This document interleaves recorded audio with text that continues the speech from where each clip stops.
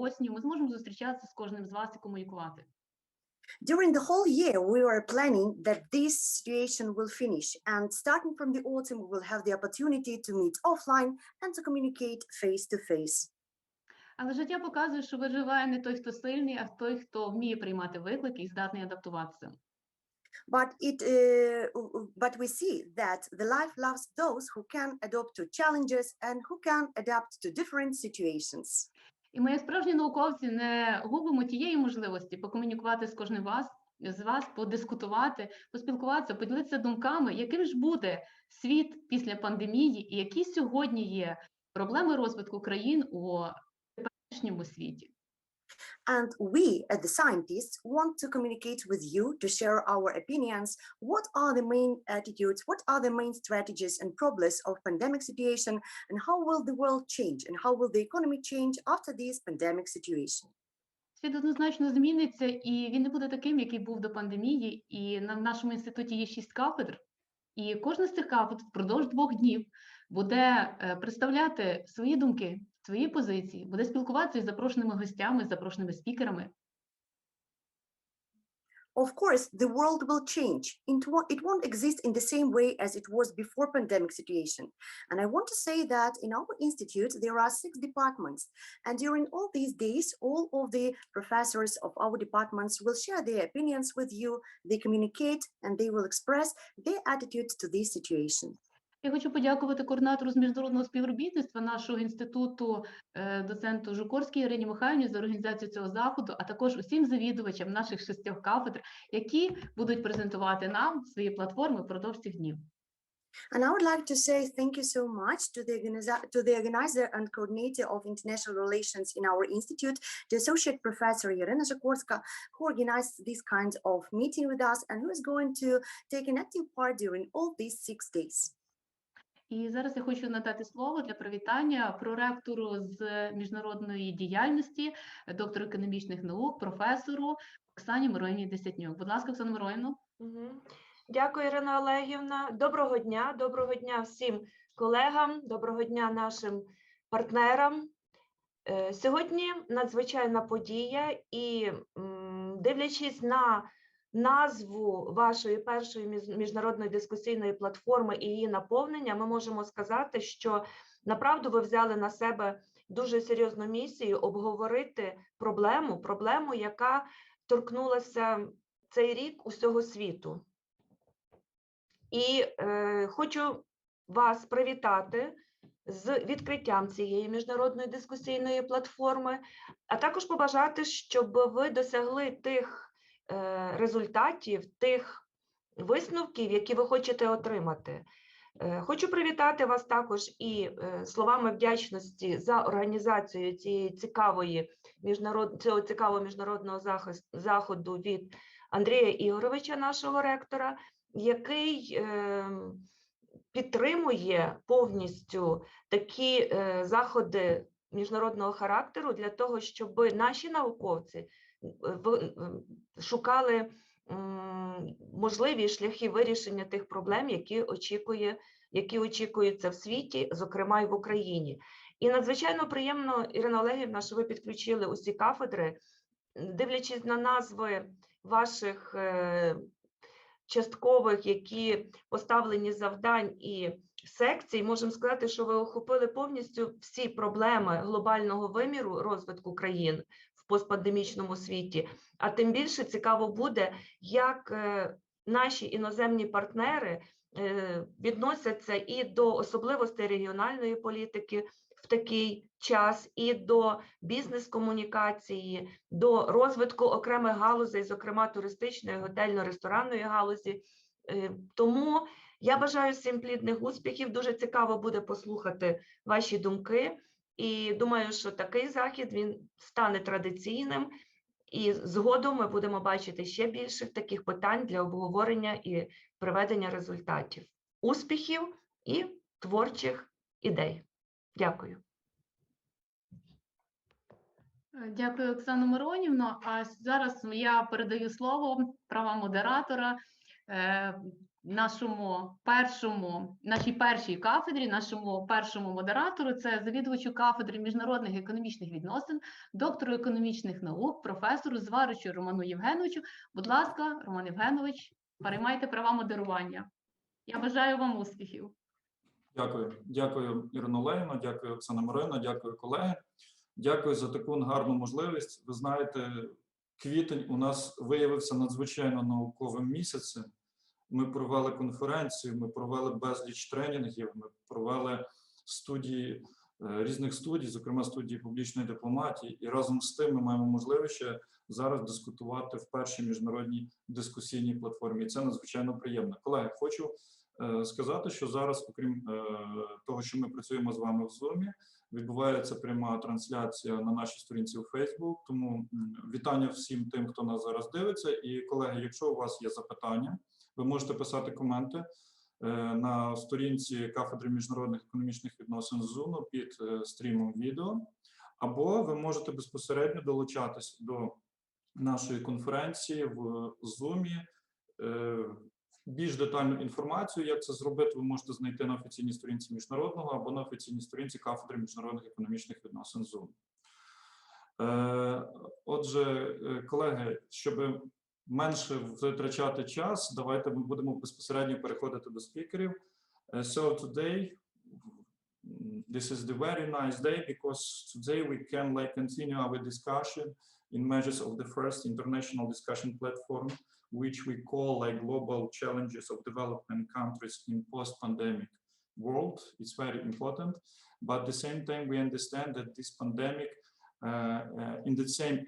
we understand that we have a lot of global challenges, but the same, this pandemic united and make the connection, the relation between different universities more strong. Especially, I would like to say the big thankful to Denmark, Professor Bjarne Schlichter, because due to the last 2 weeks, we have the second chance to continue our communications, to discuss the global challenges, and maybe to share this experience, experience of each university, but at the same time to talk about the global challenges and how to solve all of them and how to be successful in post-pandemic world. Professor Bjarne, please welcome. No voice. No, this is, we all need to adapt to how our body has been extended with microphones and earphones and Zoom screens. So thank you so much. So once more, it is a pleasure to be here and to feel, as I also normally would say when I meet you all here, to feel the power and the joy of being a part of a scientific process. And today in Denmark is a very special day. It is the 22nd of April, and today all restaurants are now allowed to open. So we see a lot of small entrepreneurs and a lot of businesses being very happy. A lot of citizens are very happy. You're allowed to go to a restaurant, sit outside and have a dinner. You need to book a table to sit inside, but something is happening. All shops are now allowed to be open. So we can see the light somewhere in the tunnel ahead of us. The situation is somehow under control. The amount of people who are hospitalized due to corona has been stable, going down for the last month. It has been below 200 and it is not increasing right now. So things are stable. We are reopening. Of course, all public servants like me, we are not allowed to meet in our offices yet, but it will come. So we see the light here in Denmark. People are being more and more optimistic, and we need that. I will take maybe a different approach here, because I will look into see how the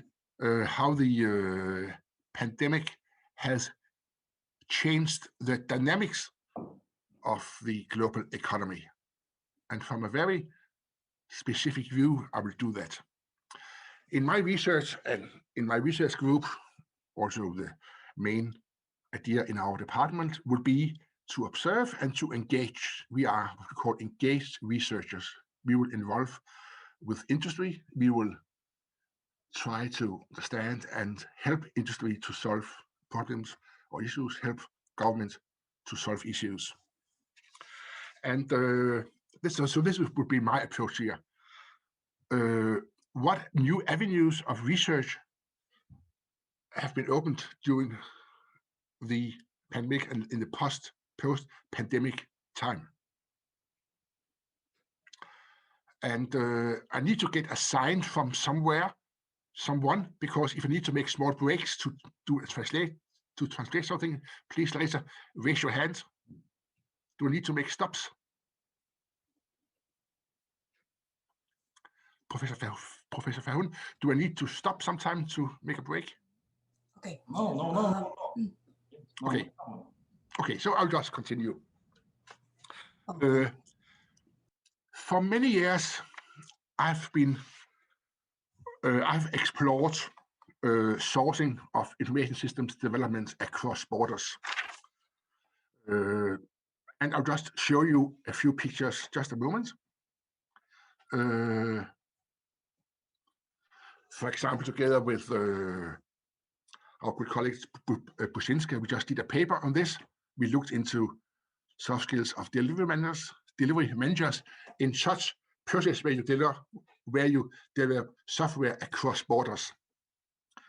I also did a piece with Natalia Botvace, also in this area of international sourcing.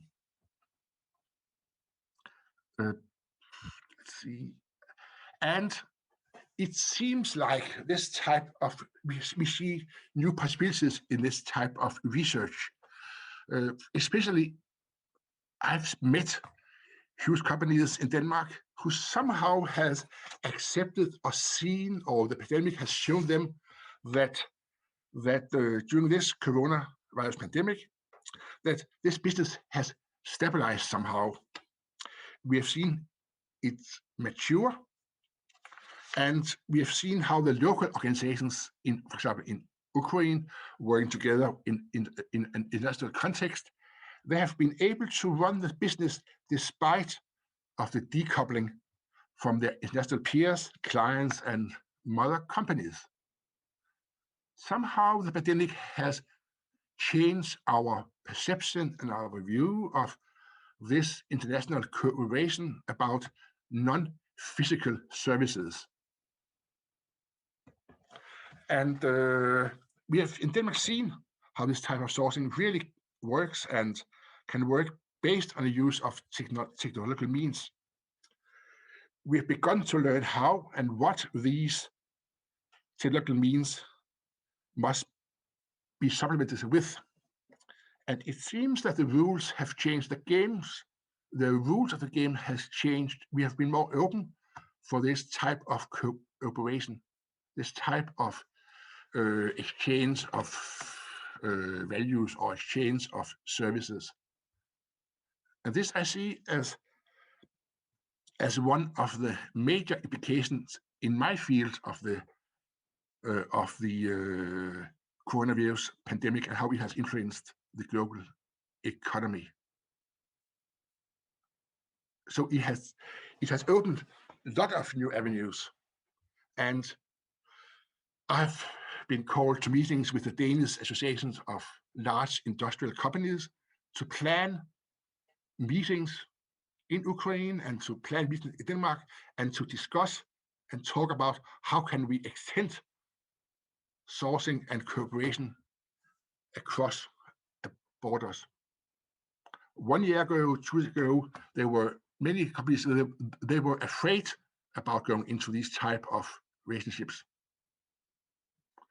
But somehow the pandemic has changed their view on this. It can work and it will work. So this is exactly an example on where you and me and we as engaged scholars can contribute. We can identify and maybe even construct the new rules of this international economical cooperation with the exchange of non-physical services. And we can research on how companies can navigate in this new global economy. So I'm quite optimistic. Yes, we have lost a lot of production due to the lockdown of our societies. Yes, we have spent a ridiculous high amount of public funding on economic assistance to companies and individuals.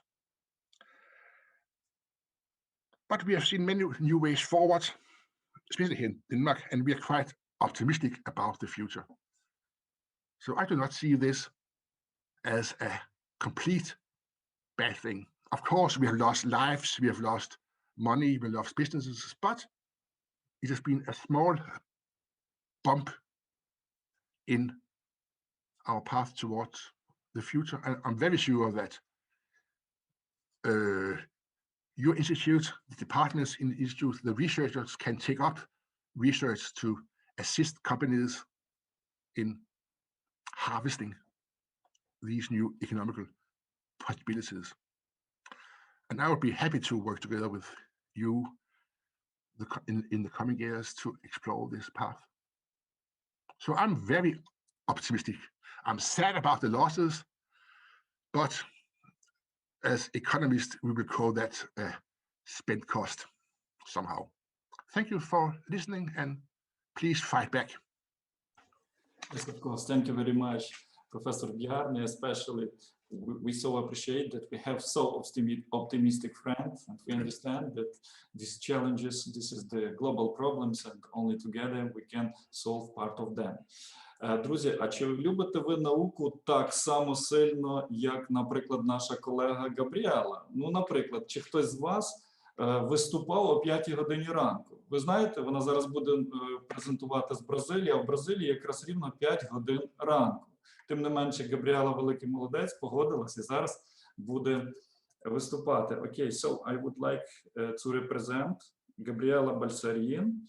Now she will talk a lot about startups and the nowadays scenario in Brazil in post-pandemic world. Welcome, Gabriela. Good morning. Good morning. Thank you, Roman. Good morning, everyone. I will share my screen and prepared a small presentation. Second. I guess you can see my presentation. It's okay? Great, thank you. So, hello again, good morning. Then, like Roman said, I will talk about Brazil, startups, and COVID-19, how startups help the government and help the country in this crisis impacted by the pandemic. First of all, I would like to say thank you to the opportunity to share this information here. Thank you, Victoria, for the invitation, and thank you, Roman, also to the opportunity to talk a little here.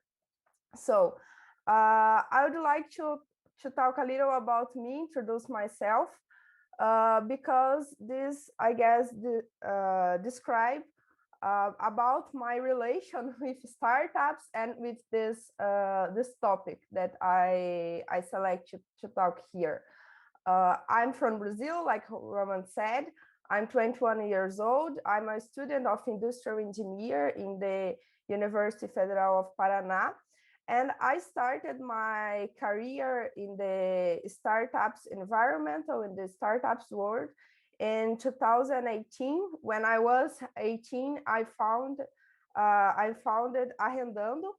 It is an agricultural startup, and we received some investments. And in 2020, on the last year, we moved to another product called Umовах, and this product work in the scenario of agriculture to help entrepreneurs, to help people in the agriculture to sell and buy farms.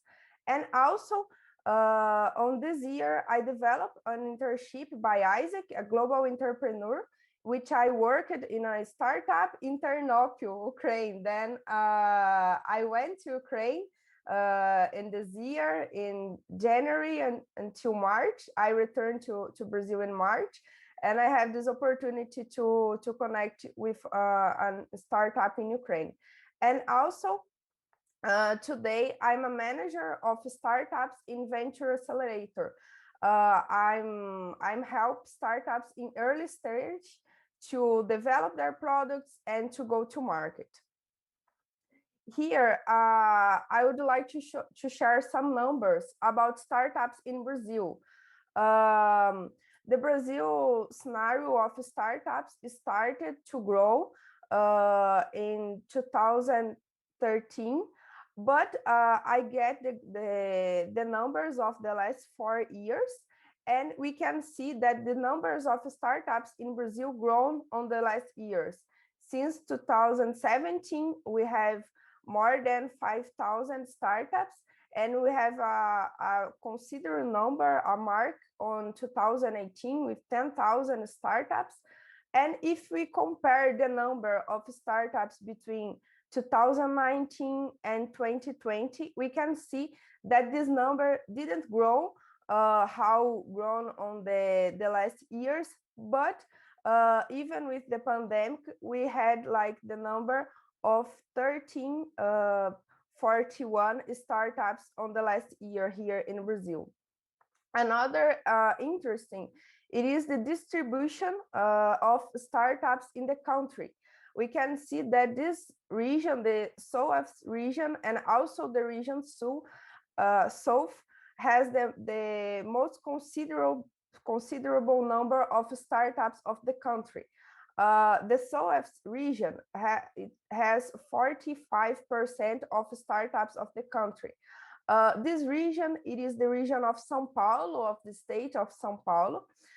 And this impacts of the number of startups here. And also another region has some particularities, like this region with 5% of startups is the region with the most number of farms in Brazil, the most agricultural region in Brazil. And this can explain a little because what the region South and Southwest has the most considerable number of startups. Also, the number of investment in startups on the last year was really considerable. In 2019, we had $2.97 billion investing in startups here, and on the last year, 2020, we had $3.5 billion investing here. And the expectation it is that in this year, 2021, we will have more investment in the startups than on the last year. And what is in part in our economic? The scenario of pandemic in Brazil this year, it's not good. We can see that in Brazil, we have the baddest period of pandemic here. The numbers is growing.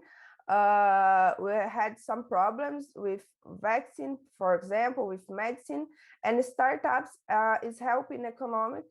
Also start new jobs, like startups is contributing to job generation. Data of the National Organization Association of Startups show that on last year, 38% of startups in the scale up offer new positions. And I get the number of the biggest environmental of startups here. It is called Cubo in São Paulo. And just on the three months of the middle of the last year, they offer more than 500 positions, new positions in the companies. And also startups contribute to service, like service which need to be with closed doors. And I would like to share some examples of startups' contribution to service. I select here 6 startups which contribute in different ways to service. The first one, Docato, it is a startup which connects lowers to customers just online. Then the customer can search and connect to a lower and also resolve the case and the process by online. Cargo is a startup relation to logistics, and this startup you can contract a truck and also contract cars to get the products and distribute around the country. Quinto Andar, it is a startup besides residences that relate negotiations to buy some residence, to buy houses. And this startup has the whole process online. Also the documentation, found the house, found the flat, and they can you can by this startup, the customer can send the documentation and analyze the price, analyze the owner, and develop the full negotiation, the whole negotiation by online. Virtude is a startup in psychologist area, and this startup you can have the attendance by a psychologist online. Just connect customer to psychologist and have this meeting, this interaction. iFood is one of the first unicorns in Brazil. And in pandemic, iFood help a lot with food distribution. It is related to delivery, and iFood also open a lot of new positions and also contribute to customers with food distribution. And Neon, it is related to financial. It is an online bank, and like in Ukraine has I saw some online banks, and Neon, it is an example here. They have to open account in Neon. Customer don't need to pay to this taxes to open the account. It is one of the differences of Neon. And also the credit card doesn't have taxes by year. You don't need to pay. And an interesting product also, it is this one, Loja Integrada. And related to this one, I get some numbers of the sector, of the business sector, the GNP. The GNP decreased on the first semester of the last year to 13.7% and increased on the last semester, on the last 6 years of the last year. And Loja Integrada, it is a company with some features to small business, to small and medium companies develop their own e-commerce, their own store online, and also help it in this way. And the last number, it's about that in 2020, we had 163 business and acquisitions between startups and companies. This represents 154% more than in 2019. And this can show like how the startups market on the last year was growing, even with the pandemic, and also can contribute to the economic. Here I have my contacts, my LinkedIn, and also my email. I'm open if someone has a question, and also if you want to send this question by my contacts, I'm open. Thank you for this time. Thank you very much, Gabriela, and we believe that will be questions. Colleagues, now we should spend time for presentation. After that, we will discuss. If you have questions, you can put or write it into our chat. Or, for example, if you are if you spend this time with us but in Facebook, welcome. Put your question in the comment. Thank you very much, Gabriela, and we understand that these problems of post-pandemic economy development are similar for Brazil and for Ukraine. And in the same time, thank you very much for the most modern presentation in history of our university. I believe that it is. Thank you very much. Now, I would друзі, зараз хотів би дати слово нашому доброму знайомому Петрику. Петрик є фахівцем в першу чергу з щастя, тому що він є коучем. І крім того, ми 3 тижні тому слухали його дуже гарну презентацію в рамках нашого тренінгу з міжнародного бізнесу, яка була присвячена щастю. І взагалі ми дуже багато дискутували про те, чому одні країни щасливі, інші ні. Петрик, the great greetings to Ireland. Welcome. 2 weeks ago we talked about happiness, but what can you say today? Is this situation in pandemic, or will be in post-pandemic world different, or maybe you can see some changes? Welcome.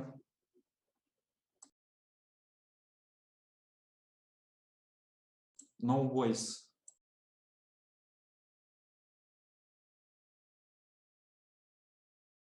Switch on your microphone.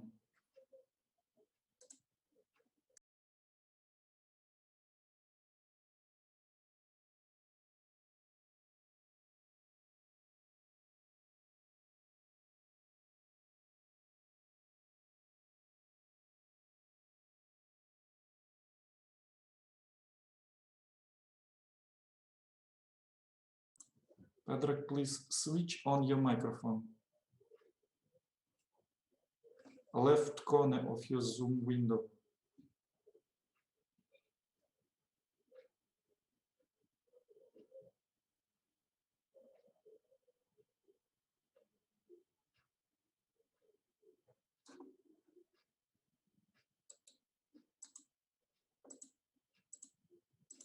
Unmute.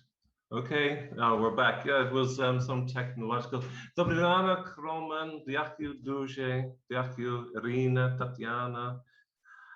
Thank you, Björn, Gabriele. I see all these names: Solena, Natalia, Victoria, Larissa, Taras, Julia.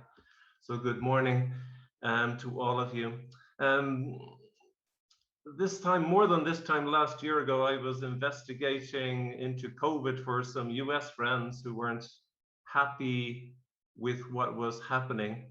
And I'm not really going to talk about that today. In the last weeks, I've been talking with US and European allies about a Russian buildup on Ukrainian borders to the east and the south, and possibly in Belarus and Transnistria.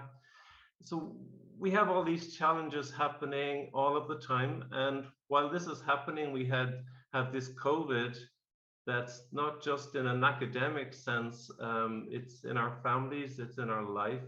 It's something that we cannot see, but it could be anywhere. And this creates a lot of stresses.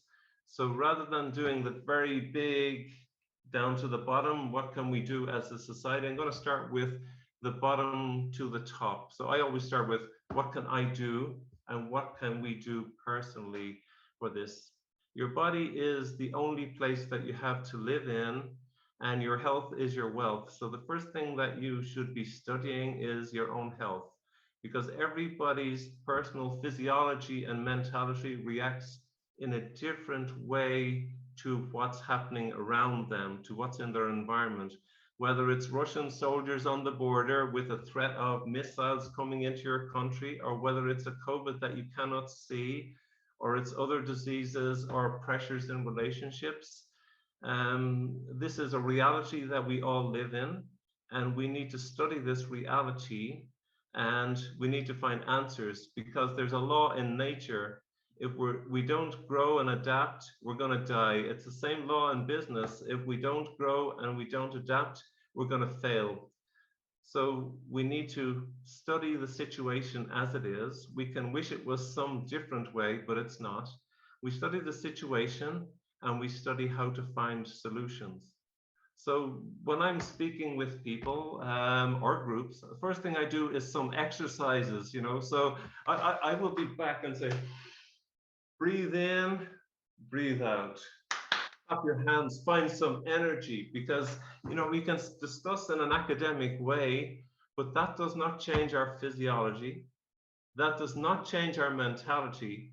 If you want to do an exercise in changing the way your mind is working, you can just think of some time that you had a great success in life and just go, yay, yay. What does that do? This changes the hormones and all the secretions in your brain. It lifts your physiology, it helps your breathing, and already immediately you can perform 30 or 40% better than you were a few minutes ago. It's the same when you interact with people, when you're meeting people. You can have a bad day, you can be thinking of things that pull you down, and you can not shake hands or touch elbows in a very sluggish way. Or you can think of things that lift you up and you can bring some energy. Hey, how are you? It's so great to see you. Let's bring this energy into our day for ourselves and each other. Because in every moment, there are things that we cannot control, and there are things that we can control. What we need to do in times of crisis is look at the things that we can control, beginning with ourselves, and then ripple these things out until we find solutions. I may say to you, I have an idea, we can be healthy. Björn can say, we can work on business. Gabriele can say, I've studied this and we can do our startups. And Roman can say, we can teach all this in the university. And somebody else has a link with some politicians who can say, well, we can make this as a policy and we can bring it to everybody. So we begin with ourselves, with what we can do and what we can do well. So I think rather than studying the sickness, we should be studying health. We should be looking at people who are healthy and saying, why are these people healthy? And why does COVID not touch them? And why are some people very sick? Make a comparison this way. I would do this the other way around, so we can help everybody, because I know some people close to me even are very sick, and somebody I know all my life is very sick, and this guy is not going to make it probably for one more year because he had some complications with COVID. And some people had COVID and nothing happened. They just had a positive result and they just felt perfect. So we should be studying the healthy people as well, and trying to bring this technology and this science into making everybody as healthy as possible. So with being healthy, first of all, I would start with the body. So in your body, are you taking some exercise? Are you moving? Because if you don't move, circulation is very important, and particularly with COVID, because with COVID-19, it's a disease that gets into your body, and the little part, it's a protein covered by fat, and it can make clots within your blood and your organs. So you should be thinking about breathing and movement. If you can breathe more, and some breathing exercises are quite easy. Breathe in as much as you can, and then more. And then breathe out fully. And when you think you've breathed it out fully, do more until there's no air left, and then breathe in again and more. If you do this sitting, it helps. If you go for a walk, as I do every day, I live in Spain now because of the COVID time. There's not much to do in Ireland, so I came to Spain. I go to walk in the mountains every day, and I do some breathing and moving exercises. So this increases lung capacity and ability of body to take in oxygen. And the movement helps with your circulation, so that it helps your whole system to be more resistant if you do catch some flu or some virus or even COVID. Another thing to do with your physical health is you can control is what are you eating? Are you eating food that's serving you, or are you eating food that's not serving you? So everybody's physiology is a little bit different. So you can study the types of food that help you to be well and to feel well. And also, are you drinking water and are you taking fluid? About 70% of your body is fluid. And a lot of people are in constant dehydration and they don't know it. You can have a headache and you can ascribe different causes to this, and it just may be dehydration. Another thing with drinking water and hydrating as much as possible is that many things and illnesses and ailments that happen in your body happen because of lack of movement. And movement in your breathing, movement in your blood, movement right through. So what water does is it helps to move things along and clear things out. So it's a good idea to do it. So breathing, movement, water are all important. Now, mental health. At the moment, we're spending trillions of dollars. The COVID budgets now are trillions of dollars to help billions of people who may or may not be at risk. Everybody is potentially at risk, but only a few people are going to be hit very hard at this. So there's a lot of money out there, and is that money being used well? A lot of it is going towards mental health. So mental health, a lot of people are stressed because you probably see it in your own families and with your own colleagues and in your local areas. There's this COVID. You can't do the things that you could do before. Your business is affected. You're not sure what happens. There's this great uncertainty out there. So how do you deal with this situation? The first thing is you don't have to take it on your shoulders.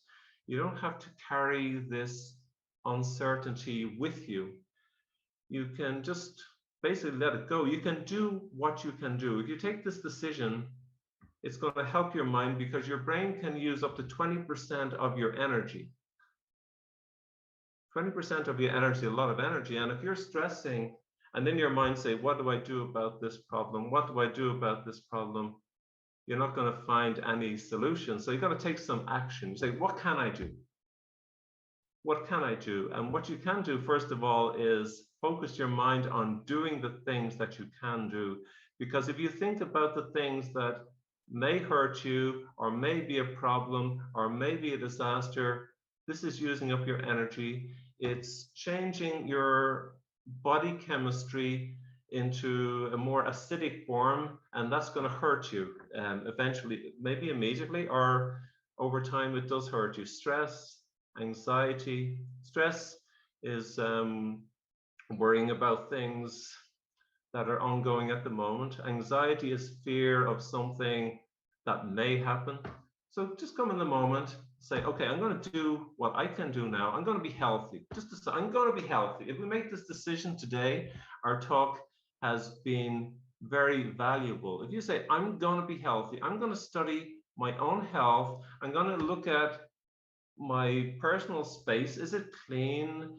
I'm going to look at the food that I eat. I'm going to look at my mind. I'm going to say, I'm going to focus on the things that I can do. I'm going to look at the people around me and I'm going to say, how can I help them?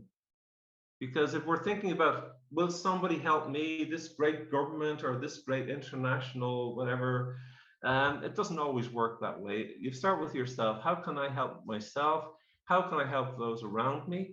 And if you build a support network like this, that everybody is trying to help each other while improving themselves, then we're getting somewhere. We're making a lot of progress, and that builds up this way. So if we go to our relationships as well, so think about your relationships with people. It can be very stressful if you're stuck in one place with many colleagues, or in a place with family, and this was not a normal situation. You get tensions, and you can get fights and aggression and breakups and domestic abuse and violence.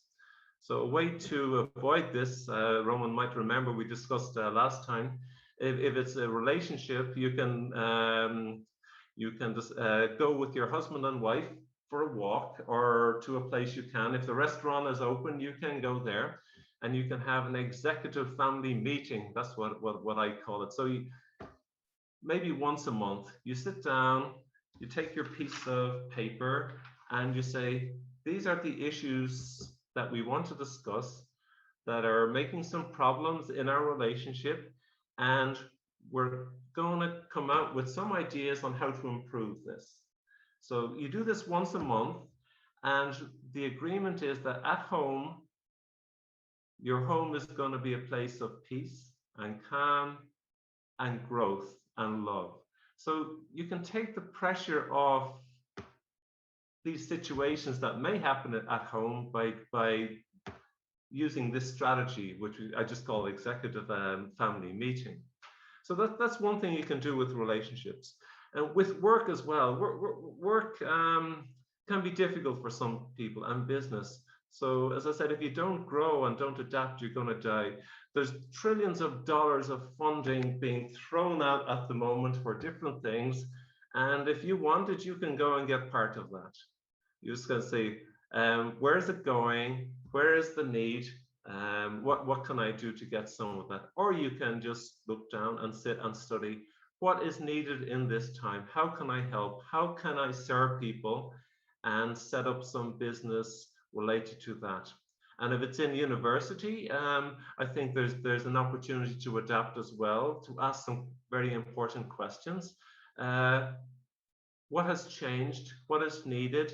What are the projections that go into the future? How can we serve people? How can we prepare people for this? And Roman, I think it's a great idea that all of you have to make an international forum to discuss these issues, and to bring in speakers with different experience, and to share your own experiences as well, because that's how we learn from each other, and that's how we get ideas on how to grow and how to develop together. And so congratulations on that, and I wish you all of you all success with the forum. So what I'm speaking today is just start with myself, see what I can do, and we can all do that. We've done something for ourselves. If we can do a little bit for our families, that would be fantastic. If we can grow a little bit and do something for our communities, that would be brilliant. If we can reach out, as you are now, going international and try to find some solutions internationally, well, that's the whole world coming together to make a better place for each other. And in our time, that's maybe the best we can do. In my own experience with dealing with very many people on many topics, some difficult and complicated and some smaller and intricate, I find that people can do an awful lot more than they think that they can do. And all it takes is a step. Trust yourself. Lots of people are going to tell you, you can't do this, or you shouldn't do that. And you get this feeling inside that says, maybe you've had it. I know I can do this. I know I can do this. But you're afraid to take that step. You know, I've taken that step many times and taken the lead on things. And it's worked out most of the time. Nothing is going to work out every time. But I think in this situation, you all have skills, and we all have skills. And it's only going to work well when we trust ourselves to use the skills and gifts that we have to lift up ourselves and to lift up people around us. And by doing that, we're lifting up our whole world. So I wish you all great health and great success with all of that. And I'll hand back to you, Roman, and to all of you in beautiful Ternopil, which I know very well. I've been in Ternopil many times, and look forward to next visit. So thank you so much, and have a wonderful day. Thank you very much, Petra. It's very nice experience, but at the same time we have like some disconnection in this global world, because we understand that sometimes we, like human, we need a lot of positive news, but this news not sometimes positive, especially if we will spend time for watching TV. You will understand that pandemic, a lot of the quantity of diseases only increase, and we think that what can be with me or with my family, with my parents and everything, all this influence for mind, and finally we have stressful situation. But at the same time, we understand that there are some paradoxical situation, because you like an expert, you told that we should drink a lot of water, because finally we will have the good result. But in the period of crisis, but pandemic crisis, COVID-19, it's like crisis, yes. And in this period, we have some interesting situation that shares of corporations which produce coffee, or for example, which sell coffee like Starbucks, increase price for them, increase. And finally, we have situation that in crisis period, especially in pandemic period, the profitability of coffee producers only increase, but population not spend a lot of time for natural, for water, and for general situation, how to clean itself or themselves general. Thank you very much. I believe that we will continue after presentation of Oleg, because we will have time for discussion. Друзі, а зараз хотів би представити нашого колегу. Це кандидат економічних наук, це доцент кафедри міжнародних економічних відносин, це голову Ради молодих вчених Західноукраїнського національного університету Олега Легкого. So Oleg Lehkий, PhD, Associate Professor, the head of Council of Young Scientists of West Ukrainian National University, Oleg Lehkий, and presentation, he will present something about like digital marketing channels and maybe effectiveness of it in the period of pandemic. Welcome, Oleg, please. Дякую, Романе Євгеновичу. Доброго дня всім присутнім. Greetings to all of you. Thank you for performing such a great speeches. As was said, my name is Oleg Lehkий, so I'm the lecturer of the Department of the International Economic Relation, and I'm being interested in topic of digital marketing since my PhD paper was about it. And during the pandemic, I received a lot of material to work with. Actually, according to the latest statistics research by the Serpstat agency, we have acquired stratifications of pandemic influence on e-commerce and businesses online. Because not only by industries, it's well known that we have the declining of the tourism and recreation services, and even skyrocketing of delivery of food, media subscription services, video games, etc., etc. But we have a quite differentiation influence according to the number of websites visitors of a particular businesses. The thing is, almost 80% of businesses with the unique users per month that was less than 10,000 suffer great obstacles and losses during this period. And almost 80%, it looks like Pareto rules here, of websites with more than 10,000 of unique traffic per month have succeeded great grow, and so they grew a lot and succeed. And nice income and efficiency of their digital marketing. It's quite logical because many of the small businesses didn't have enough resources and skilled marketers, I guess, to completely shift quickly to online scope, including, for example, payment systems, ERP systems, CRM system integration for digital management. So actually, the precise topic of my research interest is in analytics of digital marketing, because regardless the size of the businesses, to win these competitions, either in pandemic or just, let's say, normal circumstances, you need to have the basis, a good basis for your managerial decisions. So one of the main benefits of digital marketing is, alongside with the opportunities of scaling and audience reach, etc., is the various metrics and analytical systems. Huge industry leaders may spend over, I don't know, $50,000 per year to have the comprehensive those systems and that integrated with all of their channels to have the good analytics. However, mostly in the Western world and in Ukraine, and especially small and medium enterprises, using the free version of Google Analytics of third or fourth edition. So still without any methodology, with that free version of Google Analytics, we may see the numbers, the results of their ads, like click-through rate and basic conversion funnel.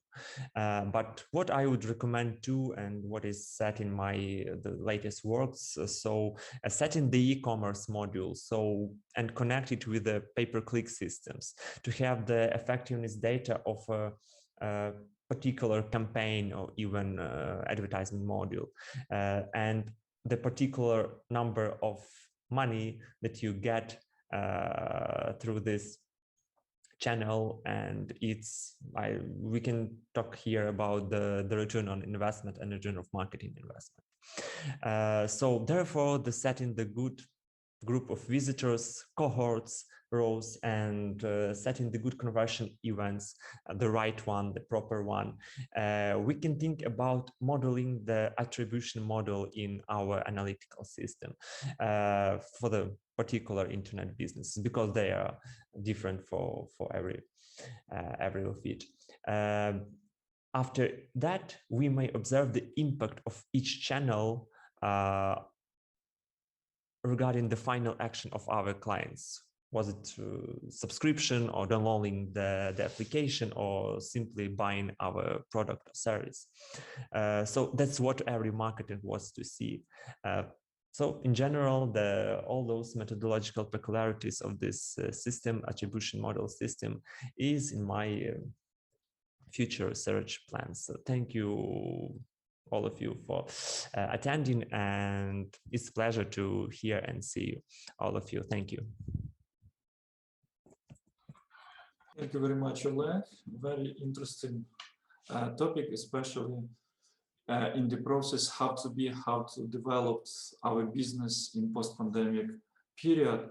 Okay, I believe that will be question. In the same time, sometimes I check our official Facebook page, and I understand that a lot of people spend time online in Facebook. Guys, if you have, or friends, if you have questions, welcome.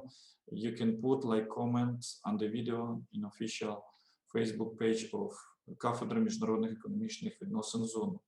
Друзі, і хотів би ще декілька слів, хотів би декілька слів, щоб ми послухали від наших студентів. У нас є приємна новина, вони вже сьогодні навчаються, я маю на увазі в першу чергу перший курс в аудиторіях, і я їх сьогодні зранку бачив, вони безмежно щасливі. Тим не менше, хотіли би послухати, як вони виходять з постпандемічної ситуації, наскільки важким був для них цей період, і як вони бачать майбутнє, і чи змогли університет, змогли наш університет якось встояти перед цими пандемічними викликами. Okay, welcome the student of MEV 11, it's like International Economic Relation 11. Katarina Macek, welcome. Katya, some words. Good morning. My name is Katya, and I'm a first-year student of International Economic Relations. Are you now from the room? Yes. Yes, we are in the university. Today I want to tell you my opinion about post-pandemic world. I think everyone agrees that this new world is a new normal definition. It's a new definition of normal. For example, social distance can become a new rule for all of us in different spheres of our lives. Maybe new event buildings will be bigger or have more space between chairs or something like that. If we are talking about people, I hope that no one will have mental problems after lockdowns and other limits. Otherwise, such professions as psychologists, psychotherapists, and other will be popular and needed. Today, people want to travel more than before COVID-19. As we understand, traveling is more complicated. It becomes a kind of luxurious pleasure for us. We enjoy every moment outside of our homes. And talking about the global economy, it's worth it to remind that it was a big shock for all countries to stop everything. I think that dealing with financial inequality and global imbalances got new obstacles in its way. So we have to study them and eliminate them as soon as possible. And in the end, I want to add that new life doesn't mean worse or difficult. It's just different, and we aren't used to it. So we need more time to find solutions for new tasks. Thank you. Maybe some words to Zoriana. Hello, Zoriana. What can you add to speech of your? Good morning. My name is Zoriana Motika, and I'm a freshman at West Ukrainian National University, studying international economic relations. And it's no surprise that the challenge we're facing has been drastically impacting our lives in different spheres. Many people usually underline the impact of COVID-19 on economics and well-being of countries, but not too many people speak about mental health of citizens, since they are the main source of the state power and our work efficiency and development of our world. And while some people are still trying to adapt to the new normal, the vast majority has already adjusted and keeps going. But of course, they've gone through mental problems such as depression, anxiety, inefficiency, and laziness. But COVID-19 also has its pluses. Humans started reconsidering their lifestyle, values, and priorities. More and more youngsters have started focusing on self-development and discovering new talents and hobbies. Eventually, part of them started working in a freelancing field and making money on doing what they actually love doing, and ultimately enjoying their life. In fact, they started paying more attention to their health, to their families, taking care of their friends and their parents, and also contacting friends via phone or text messages. And COVID actually united people, and in spite of the confusion, all the losses and inconveniences that we face every day, until we go through this together, we grow through this together. Thank you. Thank you very much, ladies. Thank you especially for understanding this situation is not situation of our university, but this is the general situation.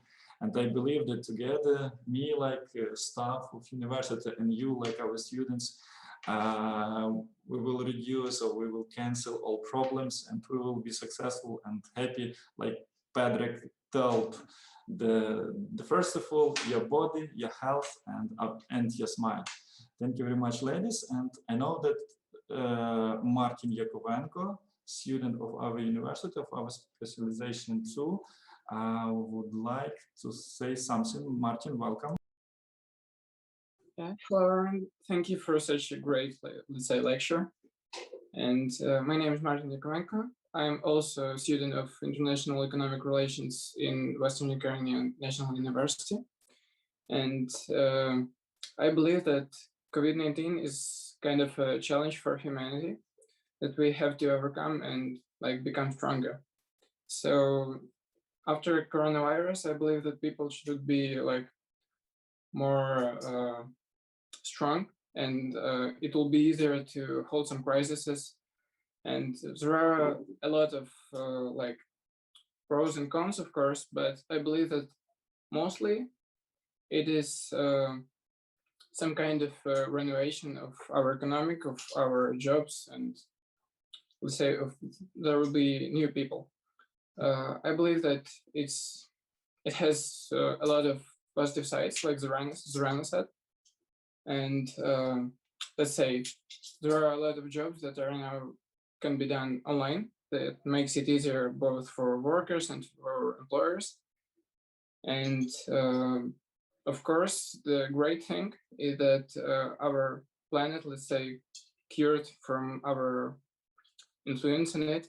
So we'll live in a better world now. Thank you. Thank you very much, Martin. Thank you for understanding this situation, and thank you then you think globally. So some words for Plavutsky Sergey. Sergey, what can you add? Yes, hello everybody. My name is Sergey Plavutsky. I'm also a student of international economical relationships. And in my opinion, yeah, COVID-19 is a really big challenge for our world. We had a lot of problems with it, but I want to describe one really good positive side, which happened after this coronavirus pandemic.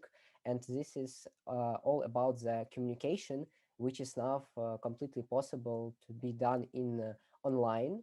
Like today, we are gathering here from different countries in Zoom, or we can gather in other platforms like Google Meet or something like that.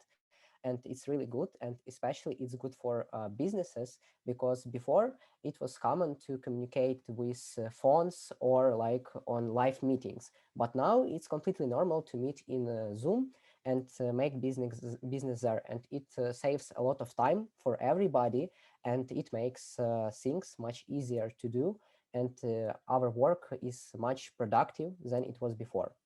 So yeah, it's very short opinion, but I was glad to share it with you. Thank you very much, Sergey. It's very nice that you can see just positives, and you can see that some like the big, not like challenges, but at the same time the positive waves of like crisis for business. And you understand, and we like wish you to be successful too in post-pandemic world. Lucek, Olga, welcome. Hi. Good morning. My name is Ola Lutsev. I'm the first year student of Faculty of International Economic Relations at ЗУНУ. So first of all, I would like to say the pandemic of COVID-19 affected all spheres of people's life: education, economy, politics, international relations, etc. As a consequence, our mental life changed with which influences our productivity. Level of economy decreased due to stop of trade. A lot of countries closed their borders, so the tourism and trade dropped. A lot of enterprises, old and small businesses went bankrupt. So in general, I can say that in the future, we should leave a big crisis, but everything going to be all right. And then we will have a big increase of everything. Thank you very much, Ola. Very nice, but at the same time, I would like to propose to add some words for Victoria Gomutyuk. She is like a PhD, and she's like associate professor of International Economic Relations Department. Welcome, Victoria. Due to your own experience and maybe like professional, like the teacher or lecturer who presents some material for the students. Okay, thank you. Thank you to the floor.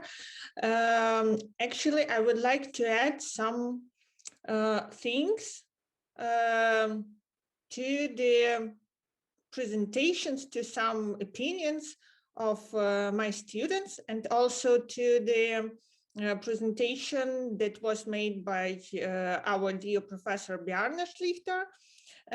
Actually, of course, if we are talking about COVID-19, usually it's more, actually we got used to that it's about some negative sides, some negative influence. But now I can see that there are more and more different investigation, different research made by different scientists, different national organizations, and so on, about the positive influence, as our students said, as Bjarne also said, about the pros of pandemic, actually. And the thing that wasn't said, I mean, about the positive influence, I can add that it's also, and I also think that you can agree with me, that it's also about the really huge investments in hospitals. We can say that after pandemic, after the COVID-19, after in this like post-pandemic world, we can have more like hospital beds, we can have more like better positions of the hospitals in different countries. And it also refers not just to Ukraine, but also to almost each country of the world.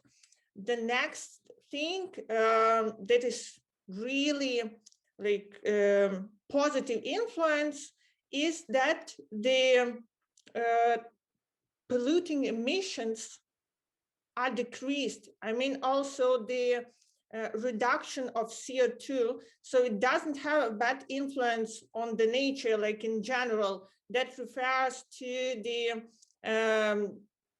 global goals, as we all know, and also quite funny, but I just read something that also one more positive thing is the less use of paper. It's quite, it sounds funny, but still it really has a huge impact on the nature, because during the pandemic, we just got used to exchange our files, not just printing it out. So it helped the nature. And also one more thing, I think that it's refers more a little bit to the mental health of the population of the world, that the punctuality actually, it increased, because we can't say that and that's why actually people are less stressed somehow, despite of the pandemic influence and so on.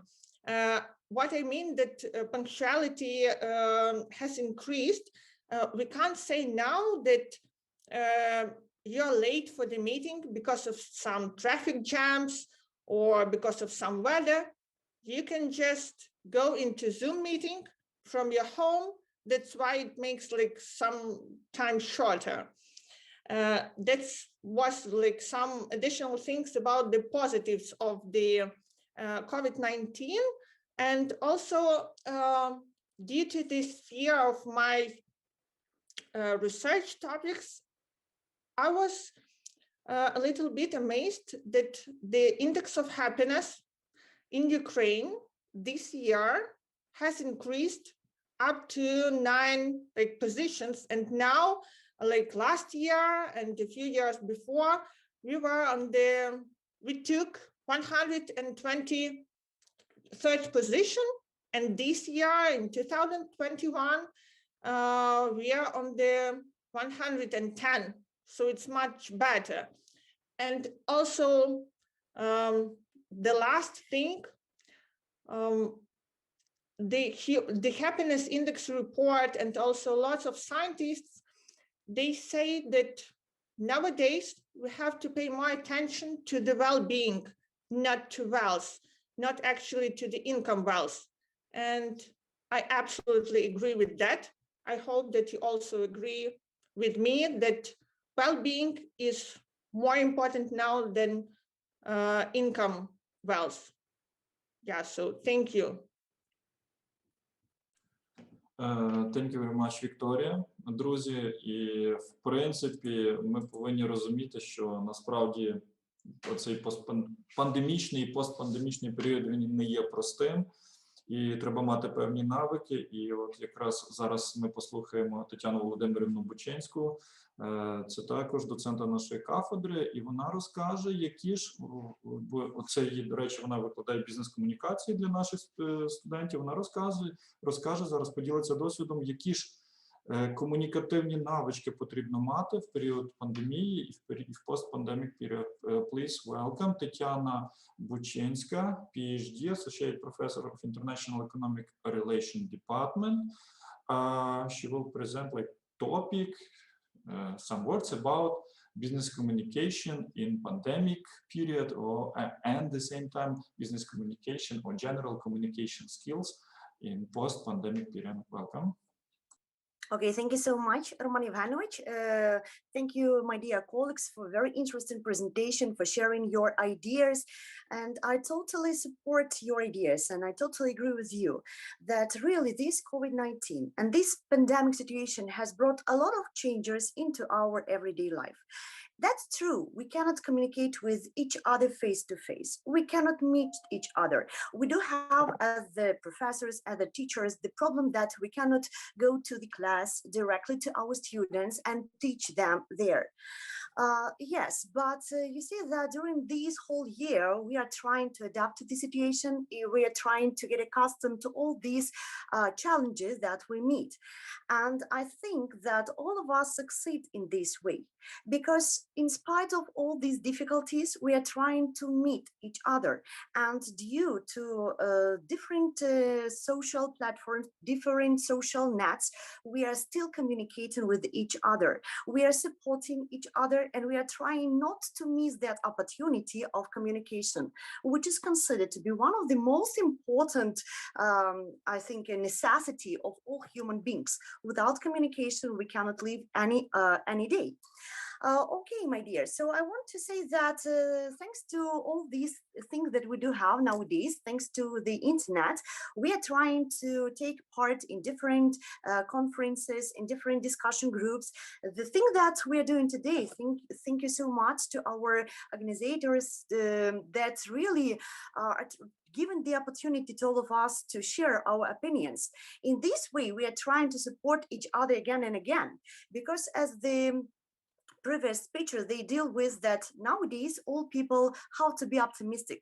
They have to avoid the stress. And in this way, we're going to stay healthy, which is the most important thing of the present. And without communication, without meeting, even online, we won't have this opportunity. So again, we see the importance of these meetings. We again see the importance of all these discussions. They are really very necessary and are really very supportive. But I'd like to say that, of course, we are trying not to miss the opportunity, even to miss with our students. We are trying to interact every day, sharing not only our professional ideas, not only during our subject, we're trying to meet them more often, even after classes. So we do have this communication, and I see that it gives positive results. Otherwise, we'll stay just at home, just being locked down, and without this communication, we will have these problems of stress. I'd like to say that, yes, we have to be optimistic. We have to find not only the disadvantages, but first of all, advantages of online communication. And my wish to everyone is not to lose the opportunity to meet every time, to communicate, to share your ideas that are really very interesting and very important.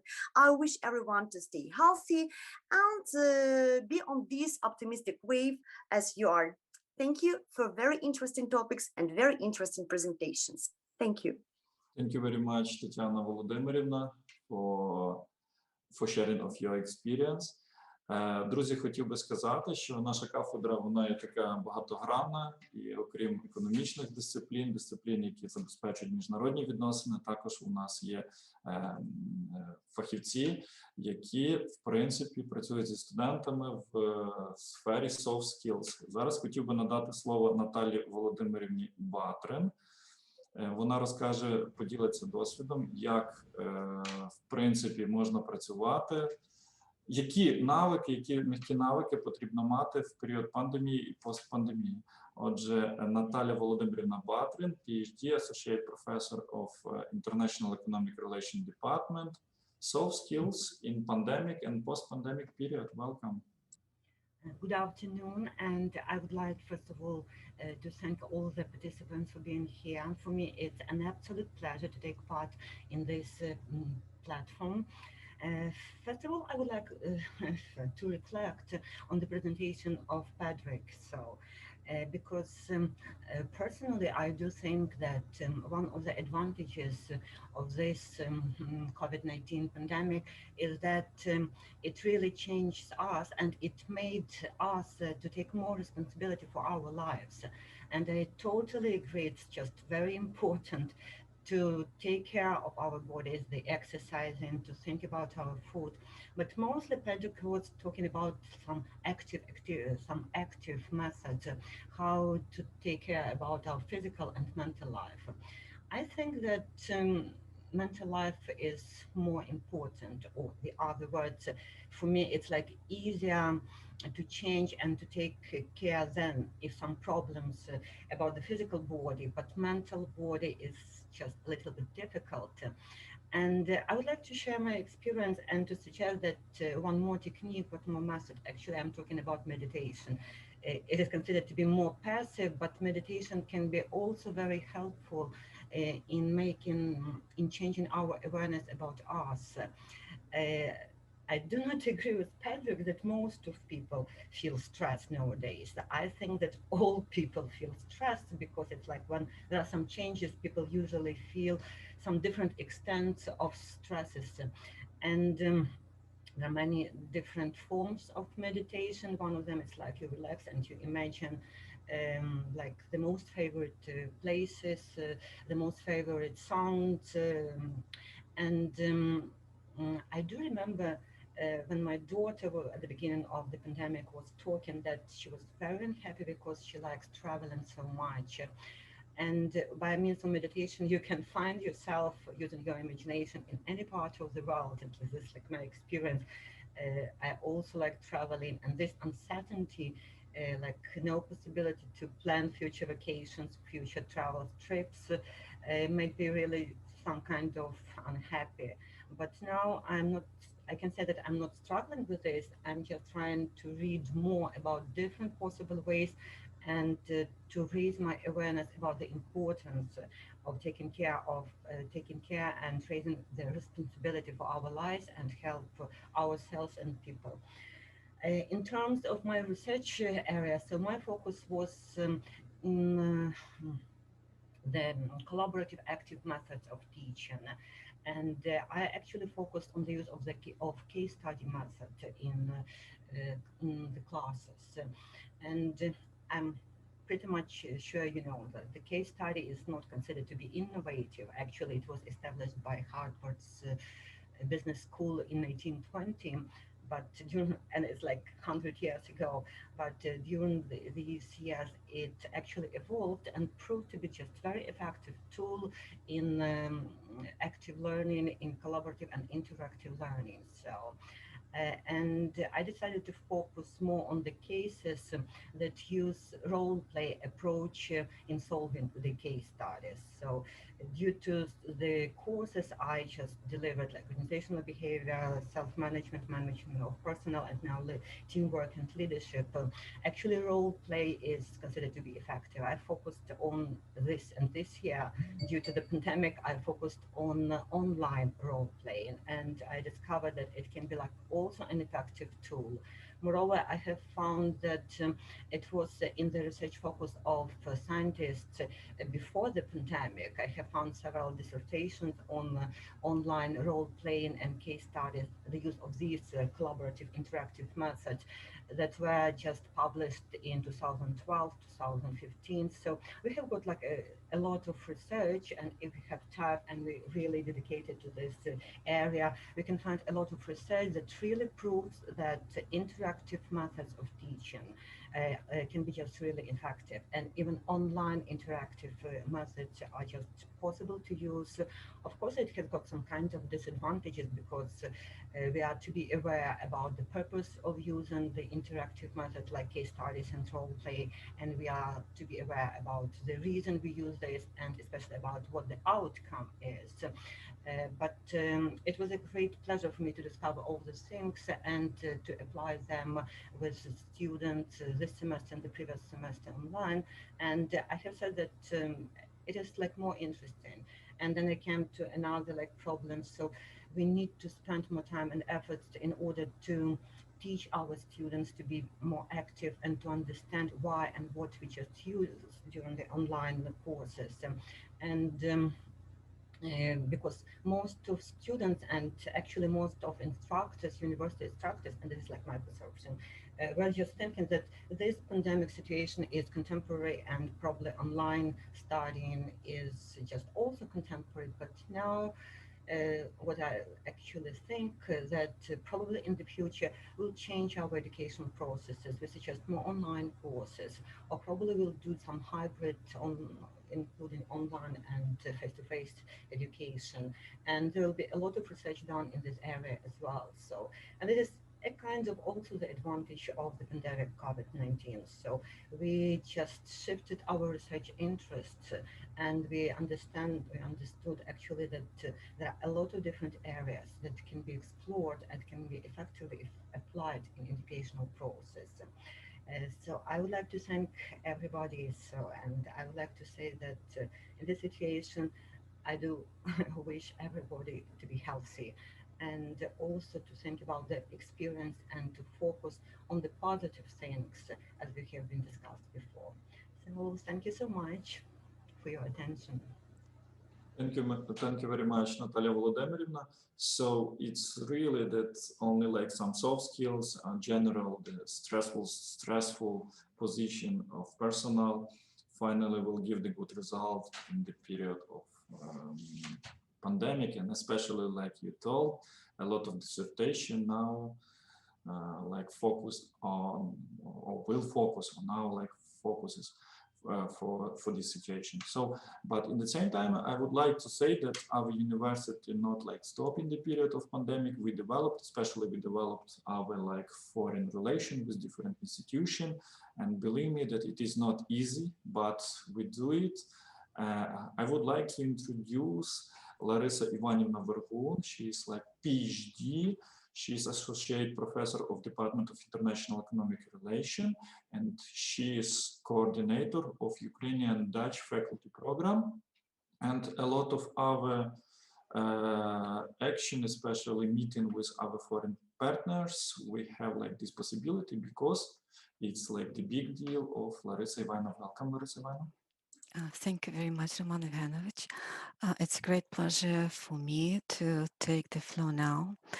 And I want to say that I was very surprised to hear extremely positive points of view of our students of the situation with pandemic and online studies. This is quite peculiar for me, and I didn't expect this to hear from the students. Well, I'm quite sure that pandemic and COVID-19 situation will have long-term impact on communications, and some activities will shift online forever. And a lot of research proves this now, but now I would like to share in short how pandemic affected our cooperation within Holland University. As far as you know, we have Erasmus Plus contract, and this is the first year our students were selected, nominated to study, but they were offered only online studies, no offline. And of course, for our students they knew beforehand, they knew in advance that there will not be any physical mobility. They will study online. So what is positive about it, that only very much motivated students applied for this program, and we really selected those who wanted to study. And this is positive. But as far as we see now, 2.5 months passed after their studies, after their online mobility started, and we analyzed the results, and we concluded that for our Ukrainian students, this situation has more negative sides than positive sides. And this is possibly not only about a pandemic, but this is also the impact of culture and different national peculiarities of educational system. So what I want to say that studying there online, our students feel, I mean, Ukrainian students feel that they really need more support than they used to, as if they were studying offline over there. And they need more physical contact, and they need more consultations from our Dutch colleagues.